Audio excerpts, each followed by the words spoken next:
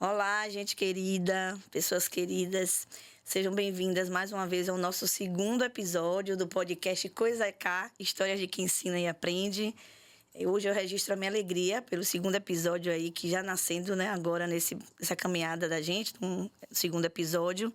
E hoje eu estou com uma pessoa muito especial ao meu lado, um convidado bem especial, Francisco Mazan, psicólogo, artista plástico, pós-graduado em terapia junguiana, especialista em psicotraumatologia e psicopatologia e neurociência no comportamento. Mazan também é escritor, tem vários livros aí publicados, Cartas que Querem Amar, Reflexos do Dia. Depois ele vai falar mais um pouquinho também sobre isso. E por que dizer que é a alegria que me traduz hoje? Porque essa caminhada é muito importante para mim.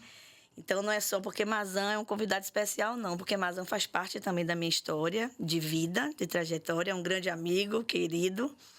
E o tema de hoje é um tema muito importante para a gente pensar, todo mundo junto, né? É o corpo docente, o corpo que sente. E por que a escolha dessa proposta de hoje para a gente pensar todo mundo junto? Porque nós sabemos dos desafios cotidianos que os docentes enfrentam, né? Os docentes e as docentes no Brasil. E ainda é pouco espaço de troca que a gente tem construído para discutir sobre isso. Infelizmente, a gente fala ainda que é pouco, porque realmente a gente precisa desses movimentos de estudo, de discussão, partindo de diferentes lugares, a partir da arte, da cultura, da música, de modo geral, tudo que envolve arte e pensamento humano. E também a gente pensar numa caminhada com uma reflexão mais sensível sobre o tema, porque esse corpo docente é um corpo que sente. E a gente vai falar disso com muito cuidado, com muito carinho. Então, é uma honra ter você aqui, Mazan. Muito obrigado. Seja bem-vindo, Francisco Mazan. Vou chamar de Francisco, vou chamar de Mazan, vou chamar de meu amigo. Grande psicólogo e terapeuta junguiano. Este homem faz coisa boa no mundo. Fale aí, meu bem, um pouquinho de você, de sua trajetória, para a turma que não conhece você ainda. A minha trajetória é quase que uma caminhada pelo inconsciente, porque eu começo pela área de exatas, permeio o polo petroquímico, saio porque não me adapto, vou para design industrial, vou para artes plásticas. Sim. E me encontro com Jung e Freud ao mesmo tempo. Olha. Num triângulo, e aí eu acabo optando por Jung, por sentir que, para mim, fala mais a minha alma.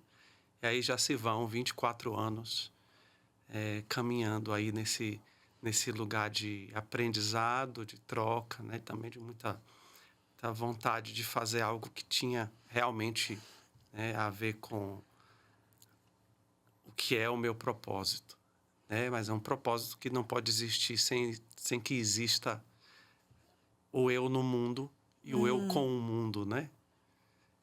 Não existe propósito de alma que não toque alma. É a mesma coisa do docente que está ali num corpo que não é só o dele. Né? Cada sala de aula é um corpo inteiro, porque é um self grupal, no qual o docente é um maestro, mas ele está ali fazendo um continente num lugar que é quase que um mar revolto. Se não for pior, às vezes. E falar desse corpo, porque quando a gente... Acho que não foi uma construção isolada, né? Esse tema não nasce do nada. Tem a ver também com as nossas conversas, né? Nas sessões de terapia e no que a gente discute sobre a própria vida, né? Sobre o que é fazer escolhas. E a percepção de que a docência é uma escolha, precisa ser uma escolha lúcida, né? Porque eu via muito quando criança que ser professor era um dom, que a gente nasce para isso. Me lembro muito daquele documentário que a pessoa é para o que nasce, né? E acho que isso faz sentido para muita coisa, mas quando se fala em ser professor, ser professora, tem outras camadas aí que desafiam a própria existência da gente nesse campo da educação, né? Num cenário como professor. E me traz, assim, muita necessidade de conversa, de reflexão. Por isso que a gente não esgota esse tema aqui, né? Hoje só. De que corpo é esse? Como é que ele se comporta? Como é que ele sente o que ele vive?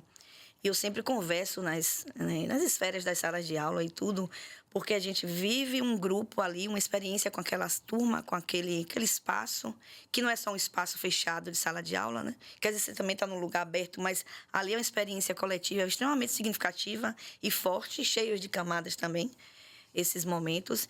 E aí sempre vem a questão, se eu vivo um grande movimento aqui de um conjunto de emoções que se misturam, né? Você está triste, daqui a pouco você está alegre, daqui a pouco você é desafiado, daqui a pouco você tem que achar uma solução mais acertada, pensar naqueles sujeitos também que têm uma subjetividade. Aí você vive um grupo de emoções ali, de experiências, bate o sinal, você dá 5 passos, você já entra numa sala de aula novamente. Então, muitas vezes você não tem um fôlego de 20 minutos, de 10 minutos, para se recompor, porque é natural da caminhada docente essas experiências acontecerem diuturnamente, né? Então, eu fiquei pensando como é que a gente organiza esse corpo, porque não é prático, não tem receita pronta. Ó, você faz isso. Mas eu acho que cada um pode descobrir ao seu modo, a partir do repertório que vai construindo ao longo da vida, como é que eu organizo no sentido mesmo de me fortalecer mais, de criar uma musculatura emocional, porque hoje essa é a pauta, né? Fortíssima do dia e necessária, de como é que esse corpo se organiza para essa lida com essa diversidade de tantas emoções que vêm numa única experiência ali naquele momento, naquela sala, né? Eu gosto de pensar, Lina, que esse corpo não tem como se pré-organizar, Sim. Porque ele vai descobrir em cada micro-universo, que é essa sala, e mais o corpo inteiro, que é aquele espaço todo com que ele lida, né? Que são seus coordenadores, os pais dos alunos, a sua própria vida pessoal, porque o professor, em primeiro lugar, é alma, é gente e traz também as suas questões de fora na sua vida pessoal e se encontra e colide com todas as questões familiares que estão ali, digamos assim, derramadas nos alunos, sem que nem os alunos saibam, mas eles estão se comportando como se fossem um reflexo de suas famílias, de suas histórias, de suas impossibilidades, inclusive, de criar uma adaptação viável para poder lidar. E a sala de aula potencializa muito isso, como qualquer outro grupo potencializaria, com todas as suas diferenças. E já começa com essa colisão de muitos mundos distintos, criando ali uma sinergia difícil às vezes requerendo assim que a pessoa seja um excelente navegador para desviar de pedras e encontrar formas, às vezes lúdicas, às vezes mais assertivas, mas isso não significa dizer que é fácil. Não significa dizer que por esse professor, por esse docente ser supostamente vocacionado, porque isso foi lá atrás, né? O sacerdócio do ensino e da educação, ele continua sendo um sacerdócio, mas nem todo mundo veste a batina da mesma forma, né? E todos esses fiéis que se tornaram infiéis, de certa maneira, estão ali, né, testando o docente o tempo todo, até porque, num dado momento da história, o aluno era conduzido. E hoje em dia, pelo próprio movimento da sociedade, o aluno, o discente, ele recebe um poder de conduzir e isso desempodera absolutamente o docente, até para que ele seja, digamos assim, esse pastor metafórico da educação. E nessa dinâmica, essa colisão, ela vai acessar muitas coisas, porque dificilmente, quando você vai encontrar um processo como esse, de funcionar harmonicamente, que é o que todo mundo esperaria, e que não é assim possível, né? É uma harmonia na desarmonia, para encontrar qual é o acorde aqui que vai poder funcionar nesta sala e que daqui a 5 passos eu estou numa outra partitura que vai me requerer um rearranjo completamente diferente, mesmo que o bojo geral de esses micro-universos seja muito parecido, mas é como se você entrasse e saísse de mini-universos o tempo inteiro e você toma esse impacto ali né? E, naturalmente, essa dinâmica já demanda do psiquismo do docente que ele consiga assimilar rapidamente, né? Que novo mundo é esse que eu estou e como é que eu faço? Sim. E a partir daí começa, né, o desafio entre almas, o desafio que é entre a psique e o corpo, que é o que você está trazendo aqui com muita propriedade, muita importância para a gente pensar. E, ao mesmo tempo, como é que eu consigo olhar para esses outros corpos que contêm, né, outras almas, outros psiquismos em formação, mas que não tem a mínima ideia de que caminho é esse que eles estão ganhando, e a depender de qual é a faixa com a qual o docente lida, também ele vai ter uma gama imensa de diferenças de demandas que há 20 anos, 30 anos atrás, elas não existiam dessa forma. Né? E se existiam, eram muito mais veladas. Sim. Né? E hoje, com todas as liberdades que vão existindo, que são necessárias, de certa maneira, mas também com tudo aquilo que é derramado sobre a escola e que acaba sendo derramado sobre o docente, né? O docente vira um pai de 38 alunos a cada hora, né? E você traz aí nessas falas, né, tantas questões importantes e conceitos, né? E eu estou comemorando, inclusive o podcast nasce com esse desejo dessa celebração inicial também, 30 anos em sala de aula, mas eu não me coloco nesse lugar de que 30 anos já me deram tudo que eu preciso saber. 30 anos me deram muitas conquistas importantes, mas me deram, sobretudo, a ideia de um gerúndio, né? Vivendo e aprendendo. Vivendo e aprendendo, Exatamente. vivendo e aprendendo. Então, eu não ouso dizer eu tenho todas as verdades, assim. Há 30 anos eu já sei o que fazer. Lógico que eu já sei muito o que fazer. Então, os 30 anos também me deram camadas importantes de sustentação de meus próprios conflitos, na lida com eles. Mas eu acho que a sociedade precisa entender, e eu acho que ela consegue, porque aqui não é um pensamento aliciano, né? Alice, é tudo muito lindo. Não, não é. Eu já romantizei muito minha profissão e os próprios dissabores me ensinaram a construir uma lucidez necessária. Eu preciso não romantizar agora, no sentido de projetar que tudo vai ser muito arrumadinho. 39 vão pensar do mesmo jeito.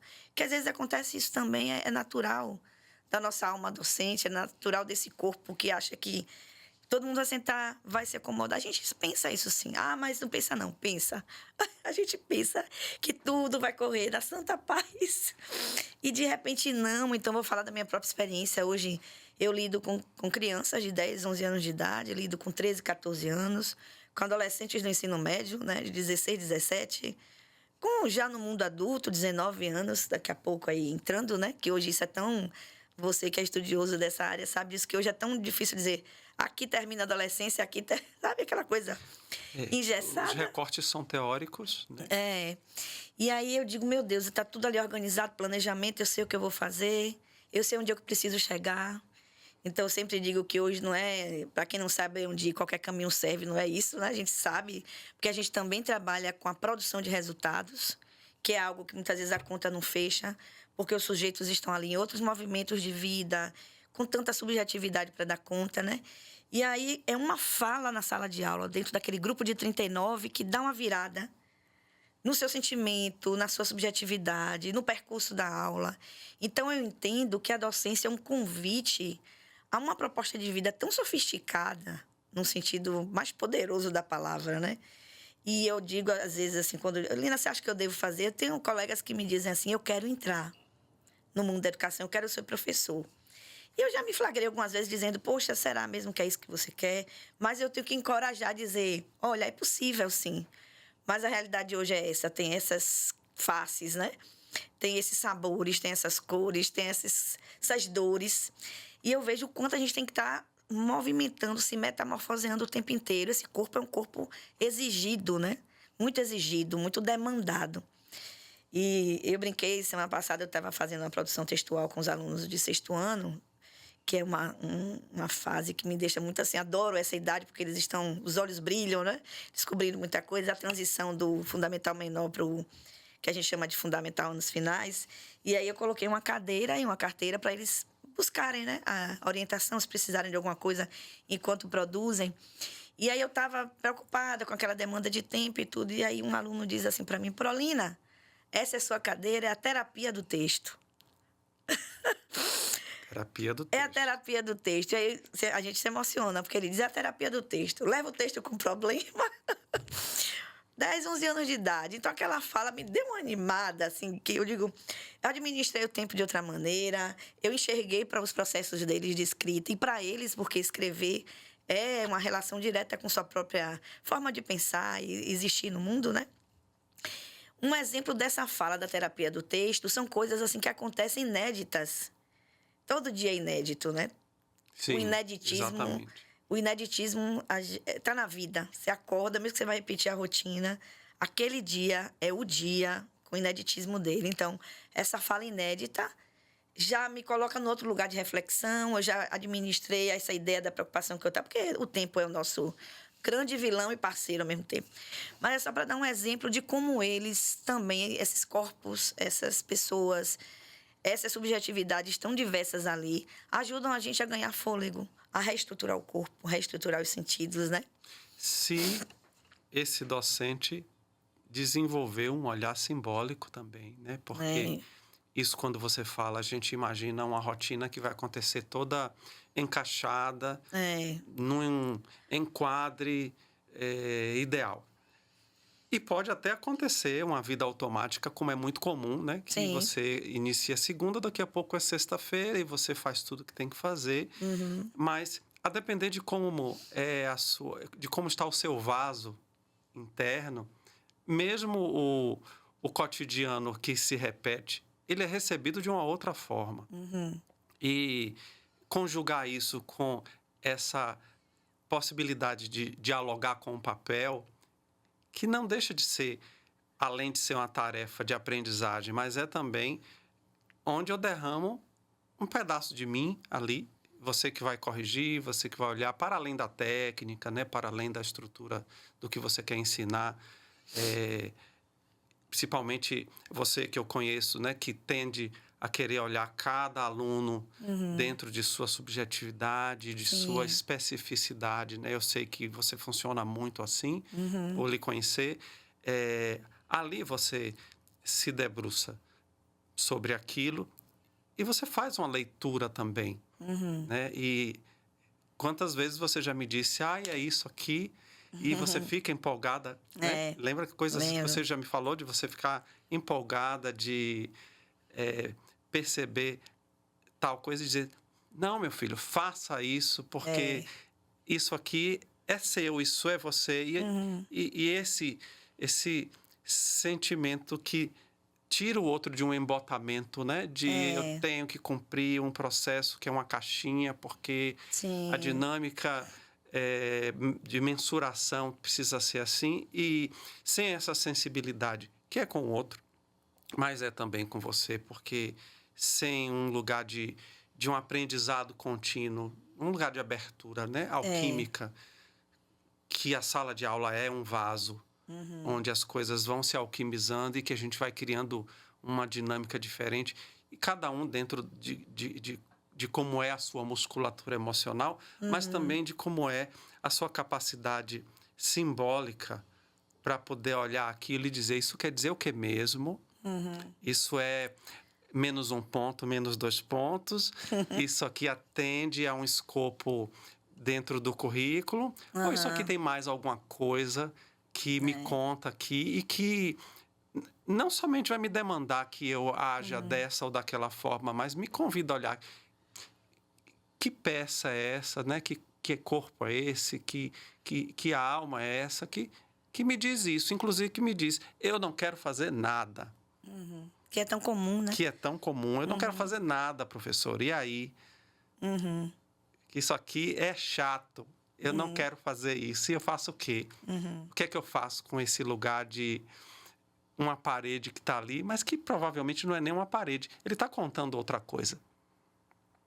E o docente, se ele é estritamente voltado para a ideia de seguir o desenho curricular, ele não vai saber contornar essa parede do não.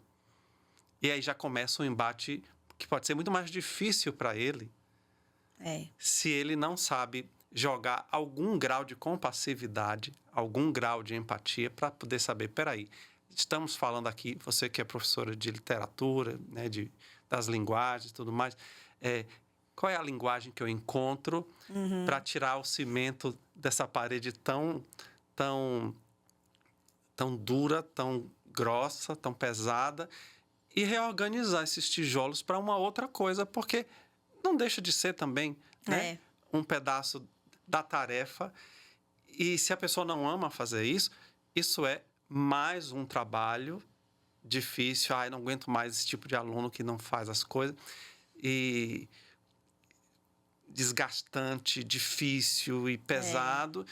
Mas se você vai por um outro lugar, que não é aliciano, não é, né? Mas é um lugar muito mais à la Salvador Dalí, em que você derrete as formas, ou à la Picasso, em que você desconstrói as formas para poder encontrar a nova forma. Que forma é essa? E sem essa forma nova, que é a alquimia, né? Que a gente tem que tentar construir sem ficar num lugar idealizado, que é muito do ego, né? O ego quer tudo que não tire ele desse lugar confortável. E hoje em dia não tem conforto para ninguém. Essa é a verdade. Então, não é só na área da docência, né? Não tem conforto para ninguém. Então, se você quer caminhar nesse mundo, saiba que você vai caminhar lidando com desconforto, arrumando e desarrumando, arrumando e desarrumando. E se você entende que também isso faz parte de um processo em que você, que é docente, também está se educando,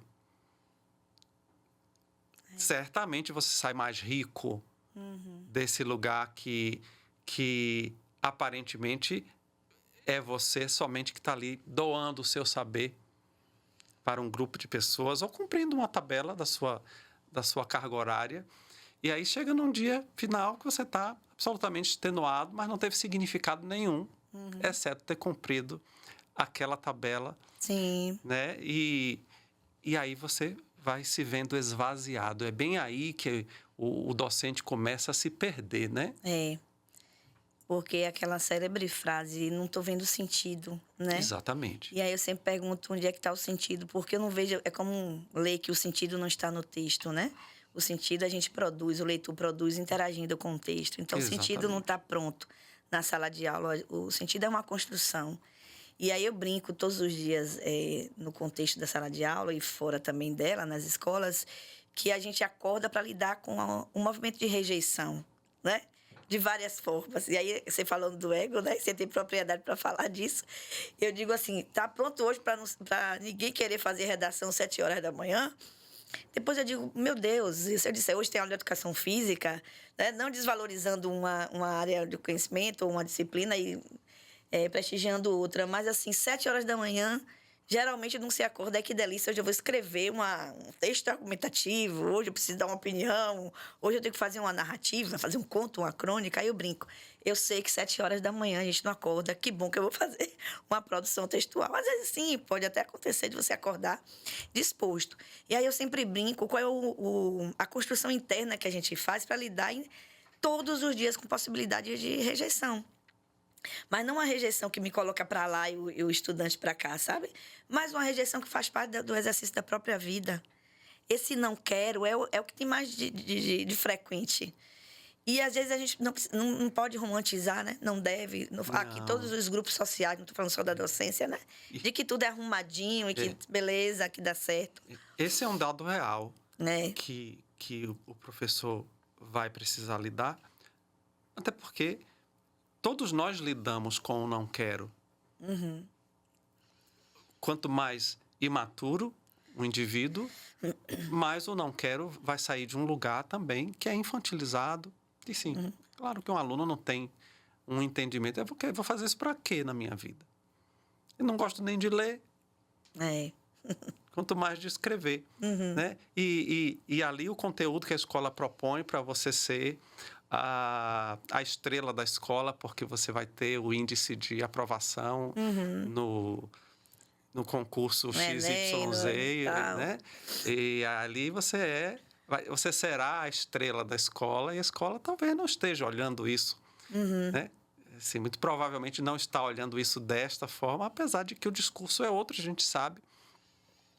A família também entende, eu quero o meu filho bem preparado porque eu quero que ele seja bem sucedido. Mas a criança está pensando em jogar videogame, a criança já está despertando muitas vezes para as paquerinhas. Dançar no TikTok. Né? Dançar no TikTok, para fazer outras coisas completamente diferentes e com todos os estímulos do que é tão mais, bem entre aspas, interessante para eles hoje em dia, né? Tão mais apelativo, que não é fazer um texto, que não é fazer uma conta de matemática, que não é pensar num formato de produção textual, mas quem está ali fazendo a interface entre a escola, o currículo e ele, é o docente. E é quem recebe toda a projeção. Né? Da chatice, da exigência, da demanda, do não querer. E pense o tamanho de vaso para dar continente que esse docente precisa ter e como isso vai entrando e colidindo, inclusive, com esse senso de propósito, essa vocação, né? Já um cansaço de já dei hoje é quinta-feira, já dei quantas aulas hoje, até hoje, nessa 10, semana. 12 no dia. Né? E aí ainda escuto isso e passo por isso. E aí aquela pessoa vai buscar força no útero. Se tiver útero, se for mulher, né? Sim. Vai buscar força nas vísceras para fazer aquilo. Vai buscar força no poder do boleto, não é? Para sustentar a vida concreta. E a ideia de buscar também isso em algum grau de amorosidade, isso vai ficando bem diminuto, porque não dá tempo de pensar nisso. Não. Que é tudo muito rápido, né? E é uma dinâmica, assim, teoricamente bem ingrata, né? Porque não tem, assim, aqueles vínculos, né? Tão pessoalizados. Quem vai construindo os vínculos vai construindo provavelmente a partir de um outro viés, com esse grupo, com esses diversos grupos. E ele vai ter que perpassar pelo seu propósito pessoal, né? Mas acho que é aí que começa a entrar a ideia, né, de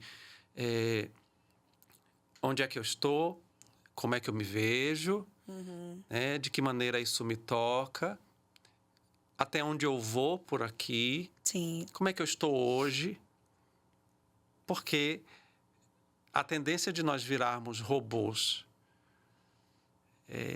e ficarmos completamente automatizados para funcionar e simplesmente respirar e deixar que passe o dia, até que o dia acabe e você acorde no outro dia novamente 5 horas da manhã. Exatamente. Com todas as tarefas pela frente. Essa é uma tendência tentadora como uma forma de sustentar sua sobrevivência para lidar com aquilo que é a mesma coisa, mas que cada dia, se você deixar, tira um pedaço mais de você. E aí você aí sim, a alma vai declinando dentro daquele corpo, né?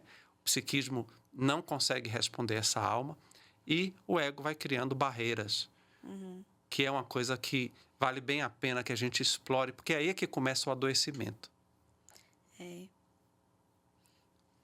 E se a gente fosse fazer um levantamento da quantidade de pesquisas, né, no Brasil e fora do Brasil, em torno mesmo das patologias da docência, posso chamar assim, né? De tudo que faz o docente viver, experimentar, experienciar ali nesse contexto que é tão desafiador. Então, são altos os índices, né, de professores em adoecimento, porque a gente sabe das questões políticas em torno da docência no Brasil, a gente está falando do nosso país, né, de uma história de desvalorização. Então, às vezes, hoje me incomoda um tanto quando outubro chega. Acho que a gente celebra, assim, eu celebro todos os anos outubro, porque é aquele mês, né, em que se volta mais o olhar para o professor, para algumas falas que acolhem, algumas lembranças que chegam. Pô, você passou pela minha vida. Então, muitas vezes a gente tem aquele momento ali que é uma celebração, é cultural, já faz parte dessa nossa história, mas eu sinto muita falta. Eu tô aqui numa polifonia de vozes, né?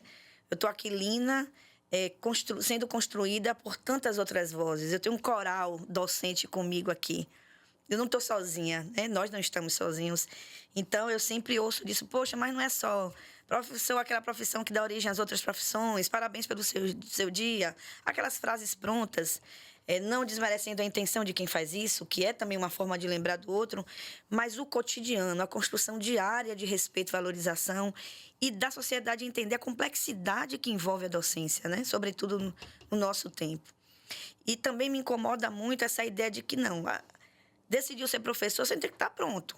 Você tem que ter competência acadêmica, você tem que ter competência emocional, tem um grupo de competências ali sendo demandado, né? E eu acho que faz parte de todas as profissões. A gente quer sim, quando está com alguma questão, quer consumir um alimento, você quer o melhor alimento, você quer a melhor comida, o melhor restaurante, tudo. A gente quer a qualidade, né? De tudo que a gente vive. A gente quer viver também no estado de qualidade diária para a nossa existência, para nutrir o nosso corpo, a nossa alma e tudo, mas é entender que professor precisa ser olhado de outra maneira. A docência precisa ser olhada de outra maneira, mais respeitosa, mais consciente dos desafios que a gente enfrenta e também fico incomodada, acho que é o espaço de falar dos incômodos, né? Exatamente. De que é relativizado ou normalizado que professor... Eu olho assim, pergunto ao terceiro ano do ensino médio, quem é que está optando agora, né? Nem está acontecendo aí, pela docência. Um dedo raramente levanta. E eu ainda ouço assim, Deus me livre. Então, assim, eu ouvi semana passada o PRO, Deus me livre de ser professor ou professora. Isso é uma cultura, isso é uma construção social perversa também, né? E aí não é culpabilizar um segmento ou outro, uma sociedade aqui, de uma abordagem aqui, outra lá. Não é isso a questão. É de uma construção coletiva de mãos dadas, literalmente. Como é que a gente faz, no nosso tempo, uma discussão como essa de qualidade aqui? Por isso que eu acho que eu tenho que agradecer sempre a sua presença aqui, né, comigo hoje, com a gente, de trazer com tanta lucidez e propriedade o que a gente precisa também fazer e escutar, né? Porque é isso mesmo. A gente lida com os desafios, são outras pessoas ali que têm outras histórias de vida, tem a nossa própria história, tem as demandas todas, né? Tem a preocupação com as coisas materiais, com o que a gente precisa dar conta na vida e como é que a gente é olhado, né? Mas não, assim, coitado do professor. Isso não é coitado do professor, não é o vitimismo, coitadinho do professor. Não. Somos seres também que têm empoderamento, né? Pessoas que têm desejo de continuar ali. Eu sempre digo que a gente passa um dia difícil, no outro dia olha a gente ali de novo, né? Ainda com essas dores, com esse corpo cansado, com esse corpo que para dar mais um passo é mais difícil, mas é um corpo que está ali insistindo, resistindo. E a gente sabe da questão política, né? Que precisa ser também alimentada no sentido mais amplo da palavra, né? Do cuidado, a política do cuidado e da valorização também. Quando você traz esse assunto, Lina, eu fico pensando... como, historicamente, a educação é hipocritamente colocada num lugar de importância, mas ela não é valorizada de fato, já desde todas as raízes ali. Sim, né? sim. Coloca sim. o professor, é o formador dos futuros profissionais, tá, todo mundo... Parece que entende isso, mas joga para algum lugar na sacola. E dentro desse construto que é social, que é bem histórico, é bem antigo, as pessoas já imaginam que, por exemplo, as profissões que têm valia são a medicina, o direito, a engenharia, mas a docência não. Né? E muita gente, naturalmente, mesmo nessas profissões, vão para a docência. Mas é um professor de medicina na universidade. Aí ganha um outro lugar porque vai formar aquele tipo de profissional. E, às vezes, isso me causou um prurido quando você foi falando, que o próprio universo do docente talvez nem ganhe mais, nem tenha mais aquela clareza do seu valor enquanto figura que é construtora dos pilares de muita coisa. Não sei se porque não recebe a devida valorização desde a remuneração, desde o excesso de carga horária, desde ter que lidar com turmas superlotadas, de ter que lidar com alunos que não carregam uma reverência pelo estudo, Sim. né? E que demanda uma coisa, se eu fizer aqui, eu vou para o conselho, se eu não tiver pontuação adequada, eu vou para o conselho, eu pago aqui a escola, então eu vou conseguir pontuar, eu vou passar. Sim. E já aí vem as políticas públicas em que nas escolas que não são privadas, sim, né, que tem que ter um índice de aprovação para poder mostrar que o governo está trabalhando em prol da educação, então o aluno tem que ser aprovado, haja o que houver. E lá atrás eu já estagiei em escola pública como professor. Sim. E a gente tinha que ajudar o aluno a passar, porque a escola tinha que mostrar que tinha também um índice de aprovação muito grande. Isso tudo não era por causa da educação. Era por causa do governo, era por causa da política. E assim, e nisso tudo a pessoa vai sendo... o educador vai sendo levado de roldão como uma mera engrenagem. Sim. Né? Dentro desse universo de construção do ser humano, né? Que junta com a família, junta com o que ele vive fora. Você pensar bem, um aluno passa um bom tempo hoje em dia dentro da escola, mas fazendo sei lá o quê. Né? Porque ele está na sala de aula, mas a cabeça está onde? Né? E aí vem, não quero. Né? E esse docente vem sofrendo um enfraquecimento, mas também é como se tivesse se perdido um senso de valor dessa classe, né? Dessa potência que carrega. Porque se você pensar bem, né? Se, de repente, todos os docentes desaparecessem e você não tivesse mais ninguém para puxar a carroça,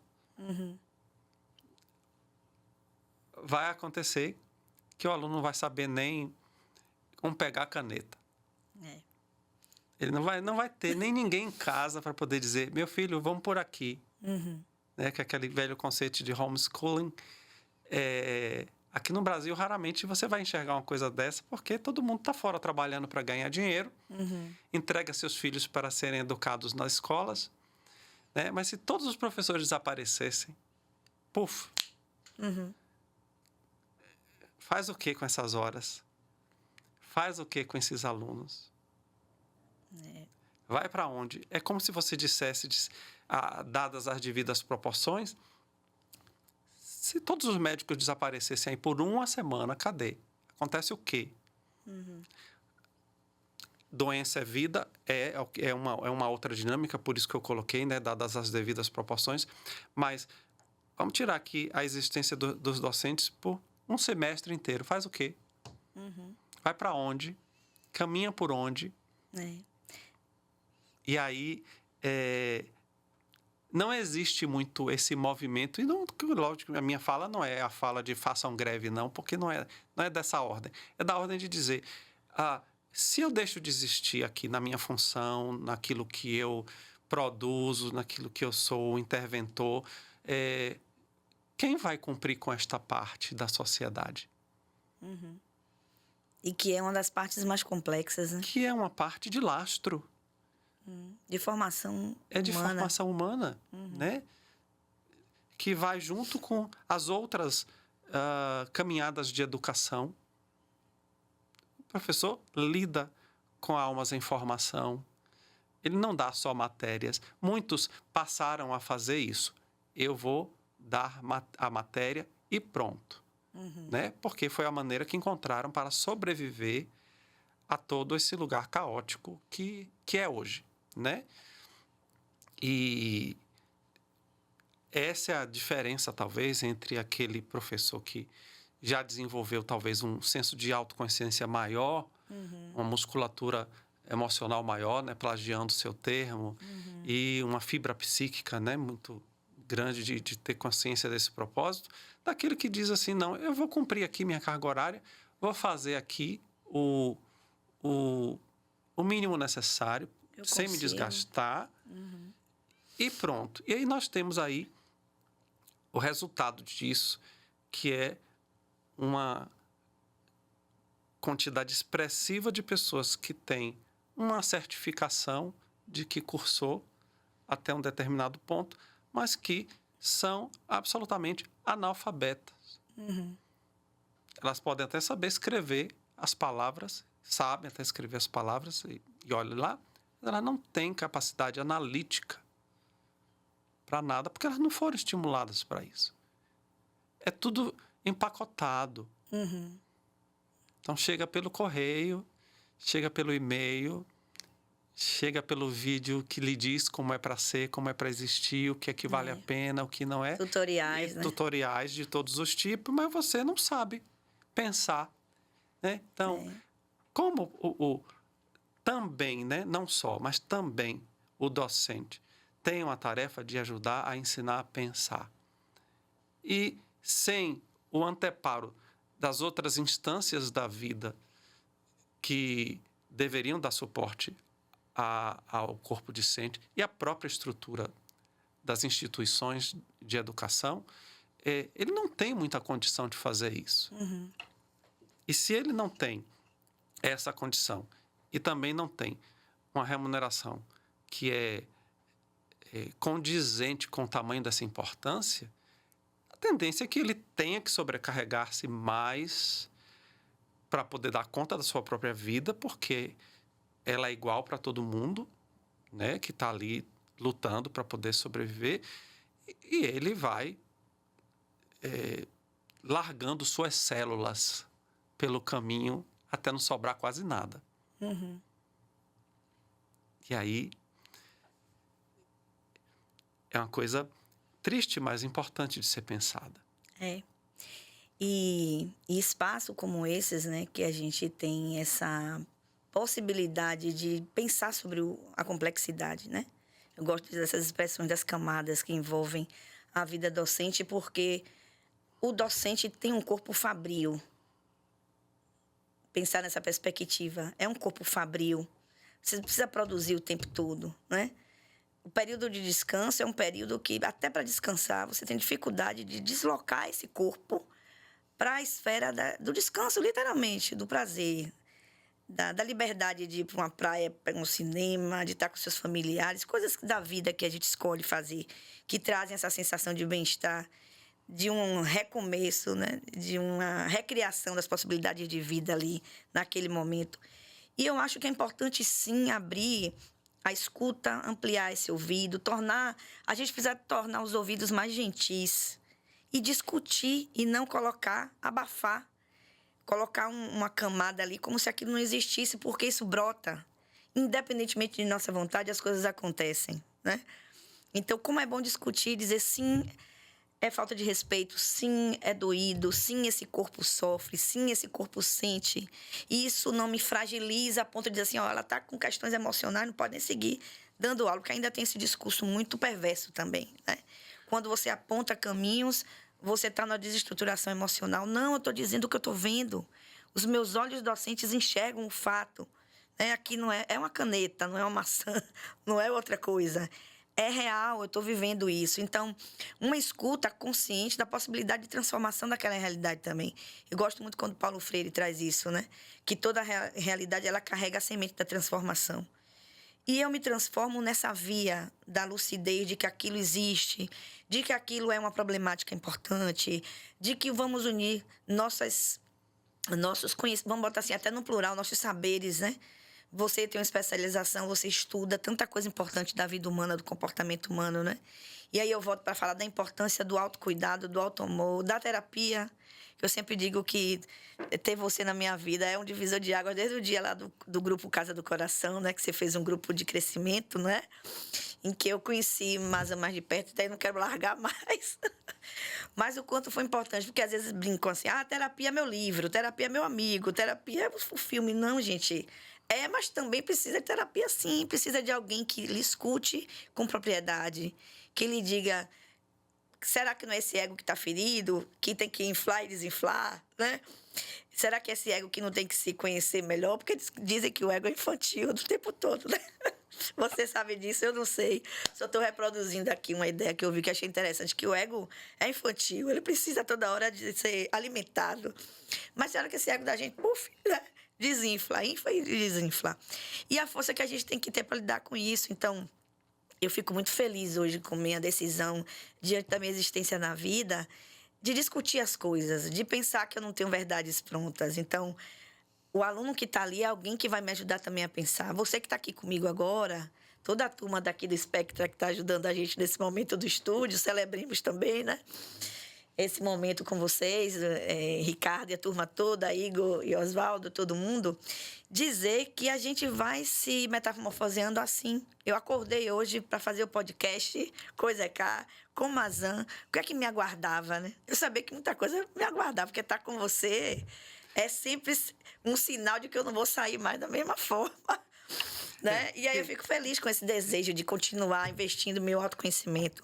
E às vezes a terapia vai ser um livro, mas a terapia é terapia. Você pode falar disso melhor do que eu, né? Porque... E não ensaiamos nada. Nada, não tem roteirinho pronto, né? A gente né? não tem nenhum roteiro pronto, mas a terapia da cerveja, do livro, do amigo é uma terapia, de certa forma, relacional, ocupacional, que vai ter, digamos assim, a sua intervenção, mas que não é intervenção que muitas vezes tem o poder de fazer com que você saia da ilha para olhar para ela. Uhum.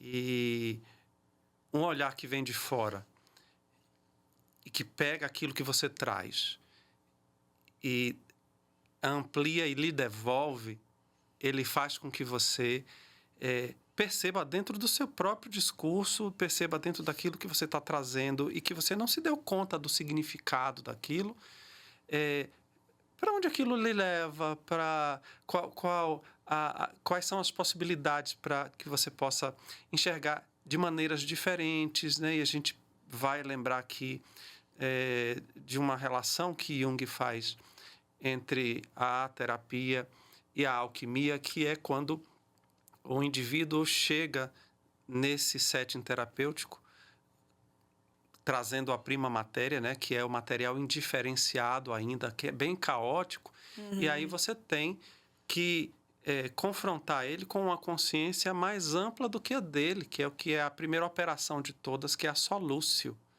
né, que é quando você abraça aquela consciência que está começando a se desenrolar, né, se desvelar diante de você, na queixa, na angústia, no não sei, na minha vida não tem sentido, no eu estou doente, na queixa de tais e tais sintomas.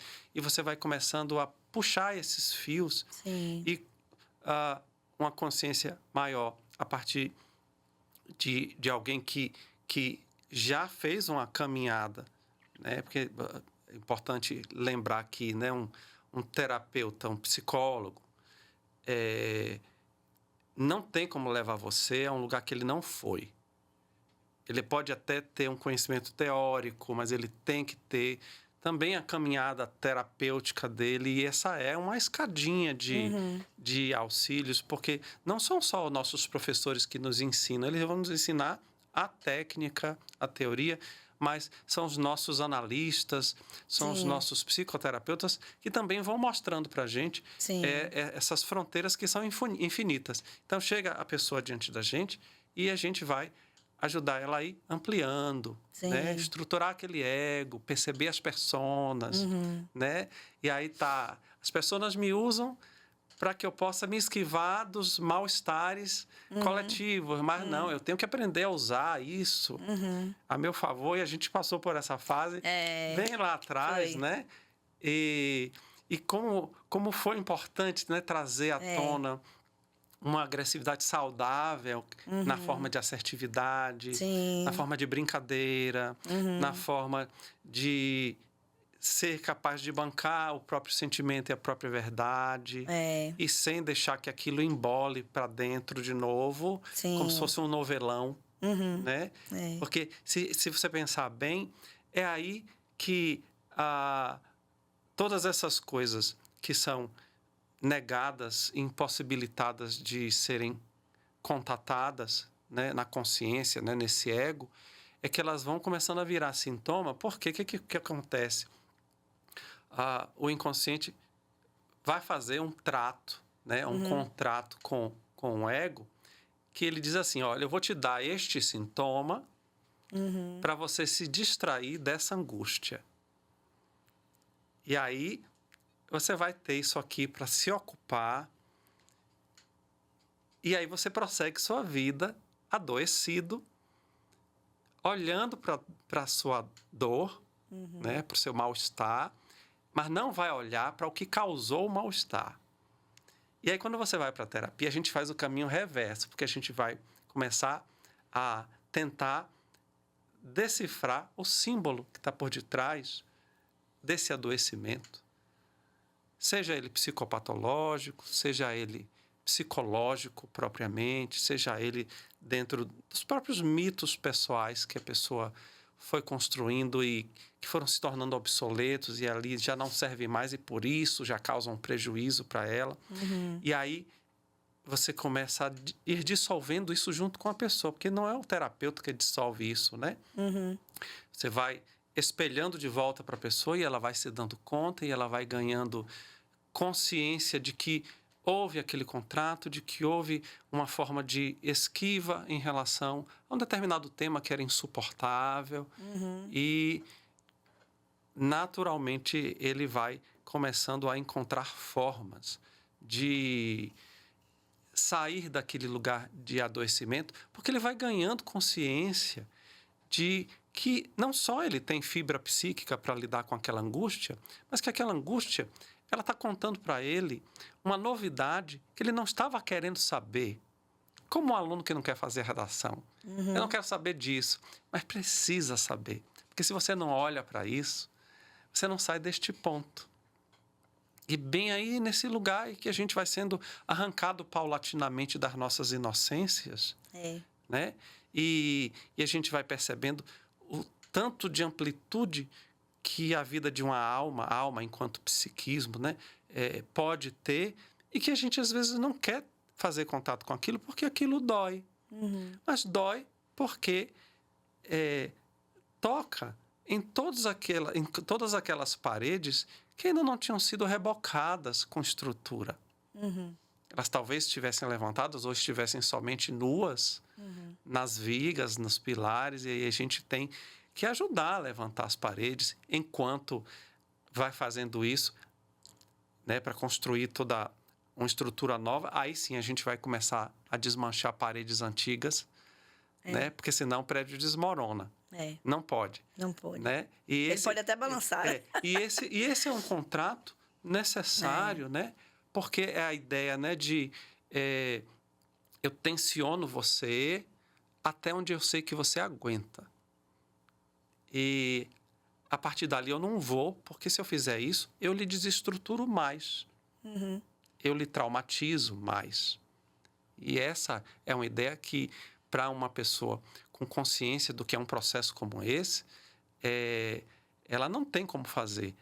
E é um correlato do docente também, com um corpo discente que tem ali um ponto de elasticidade que chega a aguentar só até aquele tanto de tensão. E é necessidade e que se ajuda, ele né? não tem sensibilidade, né, de enxergar que se ele ultrapassa aquele ponto, ele faz com que o trabalho desmorone.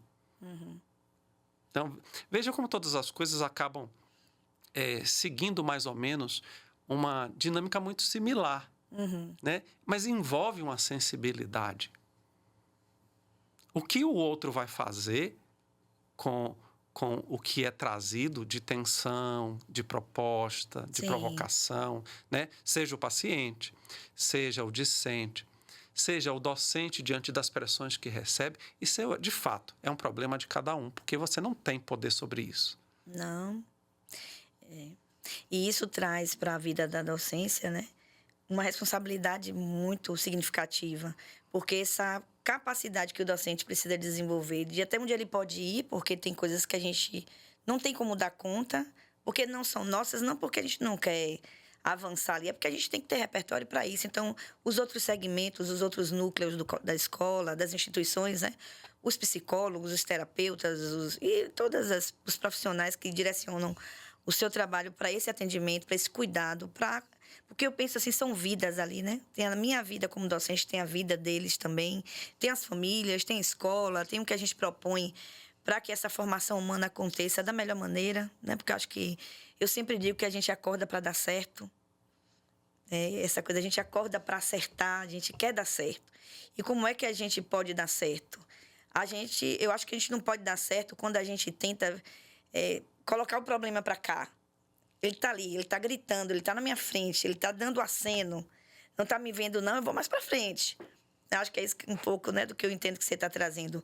Não adianta jogar para cá, porque ele volta. Né? O João Teimoso, aquela ideia popular do João Teimoso, né? Ele vai voltar de outras formas. E volta porque é necessário que isso venha à tona, porque se isso não vem à tona, você não desenvolve. E vai chegando de outras maneiras. Vai chegar de outras maneiras, porque o que eu nego volta por outras vias. É uma lei psíquica, é como funciona a vida, e isso requer uma coragem enorme de saber que, inclusive, quando eu ultrapassar isto, outras coisas maiores necessariamente virão. Do contrário, nós seríamos estáticos. Então, tudo que é estático morreu. É por isso que Clarice fala, né, como você me traz lá no início da nossa conversa, Sim. os bastidores, viu, gente? A Cecília, que a vida, eu falei Cecília. Cecília. Que a vida... Cecília. Que a vida precisa ser reinventada. Porque, senão, nós estamos mortos. E mortos, nosso destino é qual? A desintegração. Eu, filho do carbono e do amoníaco, né? Augusto dos Anjos, essa lama que nos espera. Augusto dos Anjos, no poema que fala da desintegração da matéria, né? Desse corpo que vai uma hora desaparecer. Mas enquanto vida a gente tem, né? Enquanto o coração está aqui pulsando, e eu defendo isso, vamos pensar junto. Vamos, né? De uma maneira consciente de que as coisas são complexas, mas que há caminhos, né? Possíveis. E ainda que não seja a morte do corpo, né? A alma que morre para essas caminhadas e essas descobertas, o corpo está ali, ainda com as moléculas integradas, mas a alma congelou. Congelou, encolheu, entrou em processo regressivo, se perde de si mesma, e aí vem a depressão. Os adoecimentos da docência e da vida humana de todo mundo, aí né? vem toda a pressão, que é o conjunto de coisas que vão aumentar o nível de estresse, que hoje em dia se sabe, né? 60% das doenças psicopatológicas tem ali uma raiz no estresse, principalmente no eixo do humor, no eixo ansioso, né? Outros transtornos, não tanto. Ali a gente vai ter comorbidades, mas 60%, né? Porque é uma dança da adrenalina com cortisol que vai corrompendo e corroendo as sinapses. Você não vai perceber isso, porque você tem estruturas neurobiológicas que existem para lidar com isso, mas o corpo tem limite. E é um corpo que é casado com a mente. não existe mais esse divórcio, né? Com certeza. Não existe esse divórcio, como já foi. As neurociências trazem esse recasamento da mente com o corpo, e se o corpo está sobrecarregado, o sistema nervoso está sobrecarregado, sinapses não tem mais como criar associações saudáveis, mexe na sua capacidade de enxergar o mundo, ou seja, mexe na sua afetividade, mexe na sua capacidade de lidar com pressões. Então, gotas se transformam em ondas. E vem a sensação de sucumbir, né? Sistema nervoso que entra em ativação, e aí vem, né?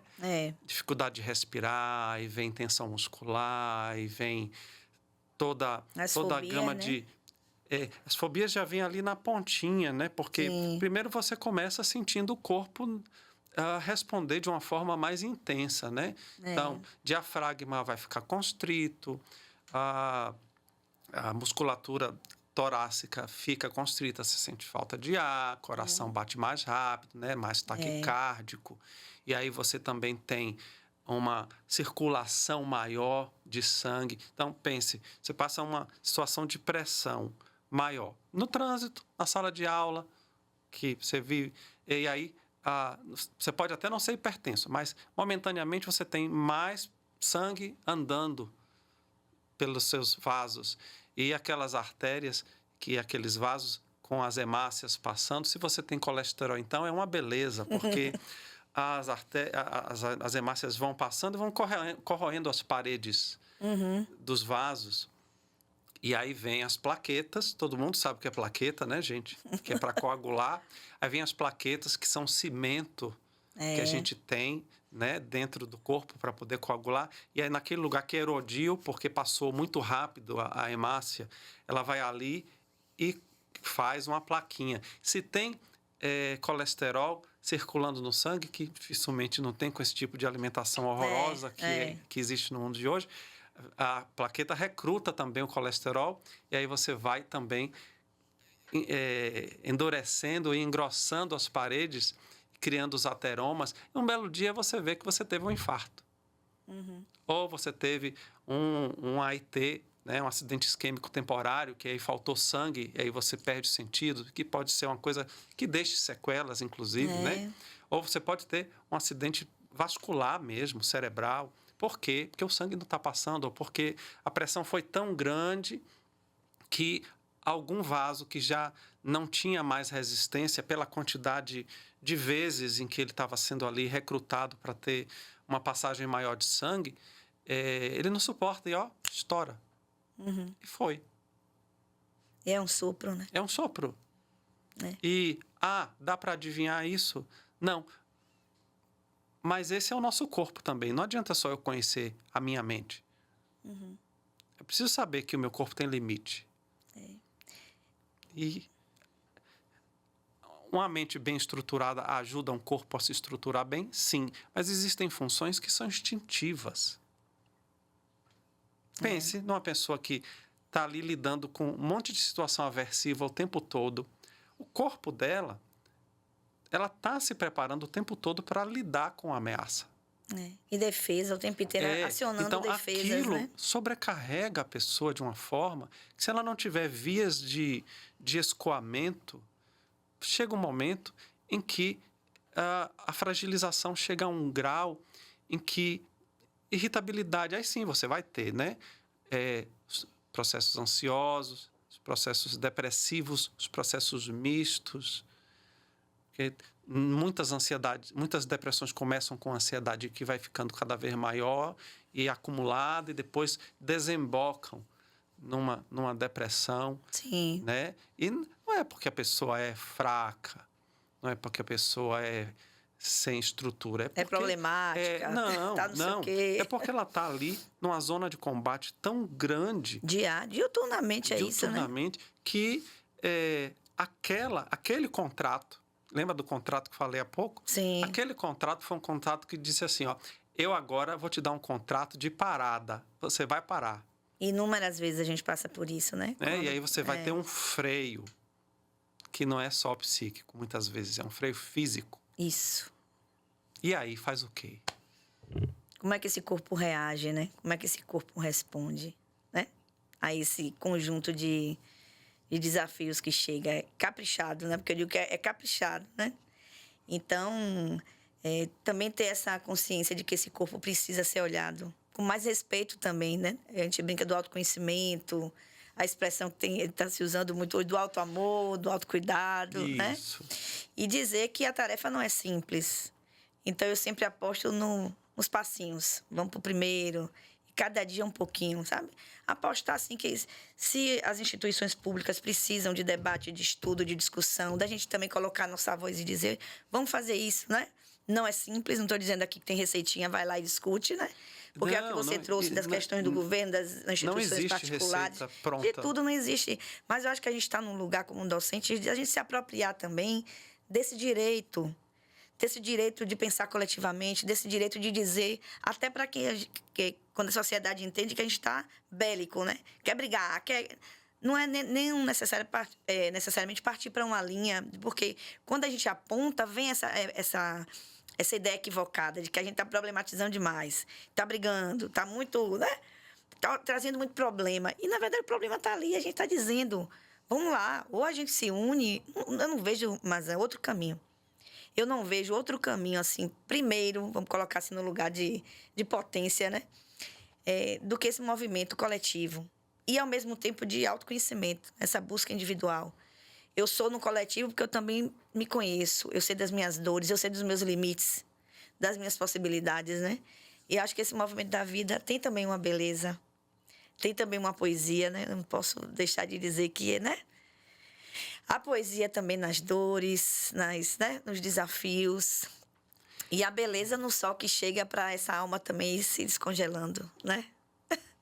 E renascendo, revivendo. E lembrando, né, que falando a partir disso que você traz, de fato, né, são muitas vias contínuas que envolvem, inclusive, uma saída de diversos preconceitos. Né? Desconstrução, né? Desconstruções. E é importante, dentro do que for viável, né, que quem educa também se eduque. Uhum. Ou se reeduque. Para não ficar somente encaixado na forma, ganhar a forma da água do copo. Uhum. E é também para isso que a gente vivencia uma série de demandas e de chamadas da vida, porque não existe ninguém que não receba essas chamadas, cada um aí em seu lugar.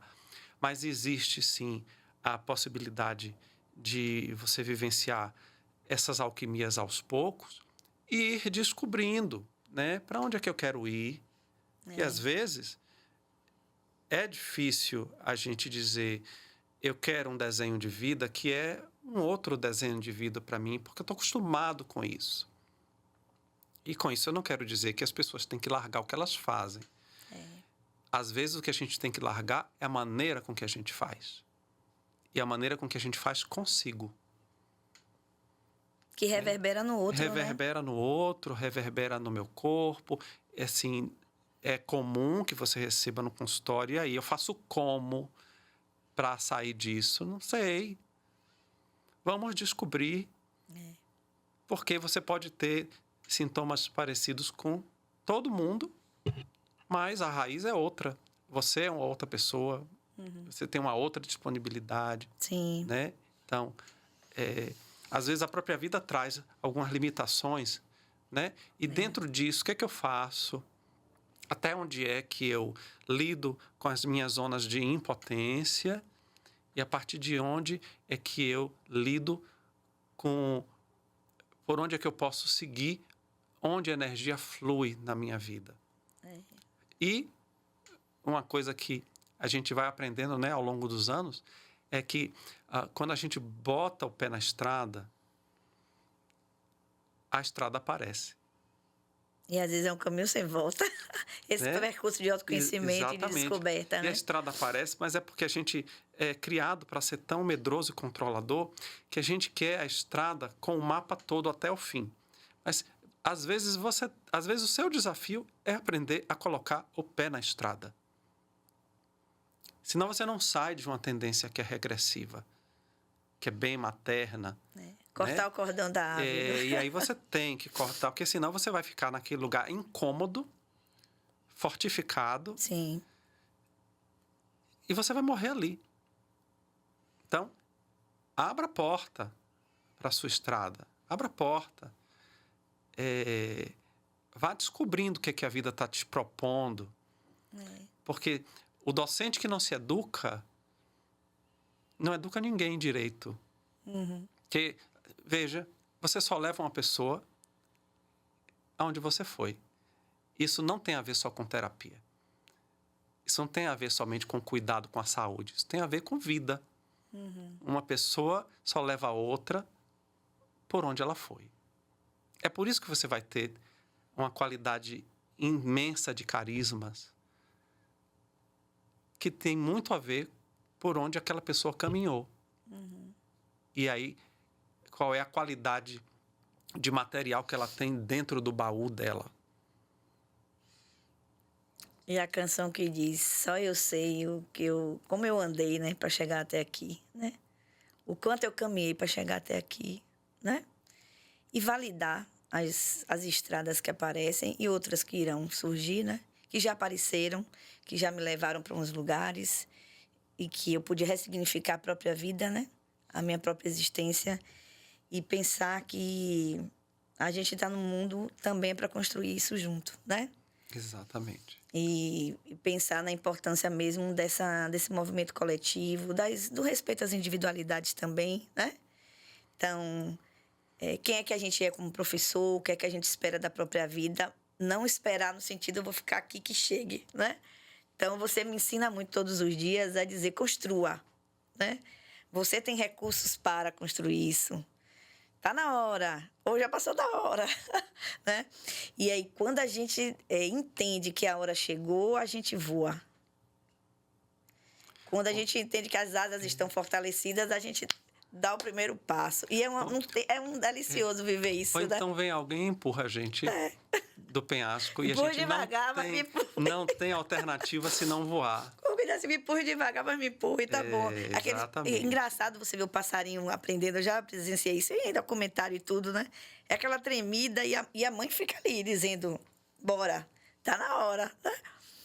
E acho que a gente tem tantas, simbolicamente, tantas figuras importantes, né? Família, amigos, profissionais como você.